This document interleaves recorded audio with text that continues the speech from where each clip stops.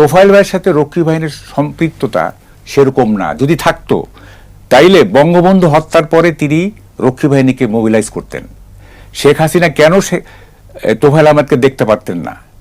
একটাই কারণ, সেটা হচ্ছে যে তার বাবার মৃত্যুর পরে তোফায়েল আহমেদ রুখে দাঁড়ায় নাই, তোফায়েল আহমেদ রক্ষী বাহিনীকে কাজে লাগায় নাই। লিডার হইতেন বা সেই ধরনের নেতা হইতেন, তাহলে তো উনি বঙ্গবন্ধু হত্যার পর রক্ষী বাহিনীকে বলতেন যে তোমরা করো, শুরু করো, যুদ্ধ শুরু করে যাও। হয়েছে? রক্ষী বাহিনীকে মুভ করছে? করে নাই তো। ফলে আপনি কিভাবে বলবেন যে রক্ষী বাহিনীর সাথে তোফায়েল ভাইয়ের এরকম সম্পর্ক ছিল? আপনি বলেন তিনি তো অসুস্থই ছিলেন, দীর্ঘদিন ধরে তিনি অসুস্থ, তাই না? 2 নম্বর কথা হচ্ছে, এই যে বাংলাদেশে বসে এত বড় বড় লম্বা লেকচার দিচ্ছি, এই বাংলাদেশটা তো হয়েছে তোফায়েল আহমেদের কারণে। এখন যদি বলি 69-এ যখন বঙ্গবন্ধু যখন আগরতলা ষড়যন্ত্র মামলায় জেলে, আওয়ামী লীগের নেতারা নিষ্ক্রিয় এবং কি বলে যে এনএসএফ, এই যে মুসলিম লীগের যে অঙ্গ সংগঠন, তাদের অত্যাচারে বাঁচা যায় না, তখন তোফায়েল আহমেদ 11 দফা নিয়ে, ছাত্রলীগের 11 দফা নিয়ে আন্দোলনে নামলেন ডাকসুর ভিপি হিসাবে।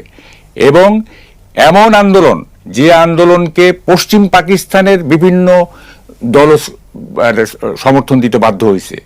চীন থেকে আপনার যে কি বলে যে ন্যাপ, তারা সমর্থন দিছে, আপনার নর্থ ওয়েস্ট ফ্রন্টিয়ার থেকে সমর্থন দিছে, বেলুচিস্তান থেকে সমর্থন দিছে।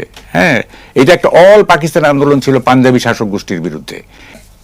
20শে জানুয়ারি এই আসাদ শহীদ হইলেন, 24শে জানুয়ারি অভ্যুত্থান হয়ে গেল এবং এই অভ্যুত্থানের পরে বঙ্গবন্ধুকে জেল থেকে বের করতে বাধ্য হলেন আইয়ুব খান। আমি একটা পোস্ট দিছি, 69-এর কিছুদিন পাকিস্তানের একদিকে ছিল আইয়ুব খান আর একদিকে ছিল তোফায়েল আহমেদ, মাঝখানে কেউ নাই। মাঝখানে যারা ছিলেন, তখন মুজাফফর আহমেদ, মনি সিং ভাসানী ছিলেন, কিন্তু তারা তোফায়েলের মতো এত কি বলে ড্যাজলিং, এত অত্যুজ্জ্বল নেতা হিসাবে তখন ছিলেন না। একমাত্র তোফায়েল আহমেদ ডাকসুর ভিপি হিসাবে এই ছাত্র আন্দোলনের নেতৃত্ব দিয়েছেন, জনতার আন্দোলনকে নেতৃত্ব দিয়েছেন। এবং তখন তোফায়েল আহমেদ যদি বলতেন, তার অঙ্গুলি হেলনে সারা পূর্ব পাকিস্তানের স্কুল কলেজ বন্ধ হয়ে যেত, হরতাল হয়ে যেত। সেই 69-এর মুভমেন্টের কারণেই বঙ্গবন্ধু বেরিয়ে আসছেন, তারপর 70-এর নির্বাচন হয়েছে, তারপরে মুক্তিযুদ্ধ। তো তোফায়েল আহমেদকে বাদ দিলে তো আপনি বাংলাদেশের ইতিহাস থাকবে না। হ্যাঁ, আরে দেশ স্বাধীন না হলে কি হইতেন? হ্যাঁ, মুদি দোকানদার হইতেন, এক একজন মুদি দোকানদার হইতেন। আমরা জানি না কি পাকিস্তানে বলে কে কি ছিল। যে আজকে যারা গ্রুপ অফ কোম্পানির মালিক, তারা মুদি দোকানদার হইতো। আজকে যে লেফটেন্যান্ট জেনারেল, সে বড়জোর মেজর হয়ে রিটায়ার করতেন। আজকে যিনি সচিব, তিনি সেকশন অফিসারের উপরে উঠতে পারতেন না। মানে দেশটা স্বাধীন করে দিয়ে এরকম করে দিলেন বঙ্গবন্ধু এবং তোফায়েল আহমেদরা, তাদের কোনো মূল্য নাই। আপনার জুলাই অভ্যুত্থান করে একেবারে বিরাট কিছু হয়ে গেছেন না? জুলাই অভ্যুত্থান এটা একটা গণ অভ্যুত্থান, এইটা আর ওইটা ছিল স্বাধীনতা আন্দোলন, এটা গালফ অফ ডিফারেন্ট। হ্যাঁ, 90 সালে গণ অভ্যুত্থান হয় নাই, তাহলে 90 সালকে আপনি বলেন ওইটা কি, ওইটা স্বাধীনতা 2, এটাকে বলেন স্বাধীনতা 3। স্বাধীনতা তো একবারই আসে। তো ফলে এখন দেখেন এই যে কতগুলো মানে কি বলে লেখাপড়া নাই, কিচ্ছু নাই, যা মুখে আসে তাই বলে। এই একজন ব্যারিস্টার শাহরিয়ার কি কি জানি বলেন আর কি। এগুলি করে দেখেন, অ্যাটিটিউডের পরিবর্তন না আনতে পারলে বাংলাদেশে কিছু হবে না। দৃষ্টিভঙ্গির পরিবর্তন করতে হবে।